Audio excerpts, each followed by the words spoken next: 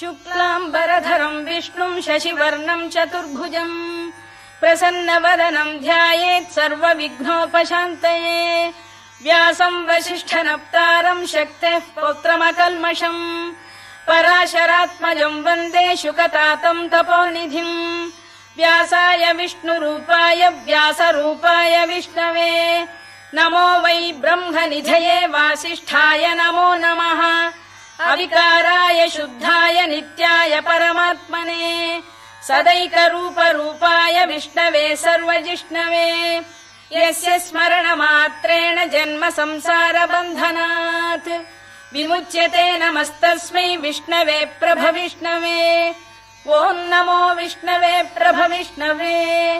श्रीवैशम्पायन उवाच श्रुत्वा धर्मानशेषेण पावनानि च सर्वशः युधिष्ठिरः शान्तनवं पुनरेवाभ्यभाषत।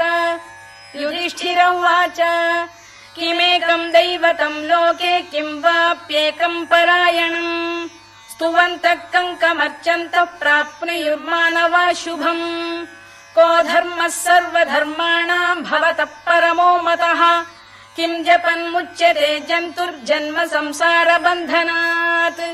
श्रीभीष्म उवाच जगत्प्रभुं देवदेवमनन्तं पुरुषोत्तमम् स्तुवन्नाम सहस्रेण पुरुषः सततोत्थितः तमेव चार्चयन् नित्यं भक्त्या पुरुषमव्ययम् ध्यायन् स्तुवन् नमस्यं च यजमानस्तमेव च अनादिनिधनं विष्णुं सर्वलोकमहेश्वरम् लोकाध्यक्षं स्तुवन् नित्यं सर्वदुःखातिगो भवेत्। ब्रह्मण्य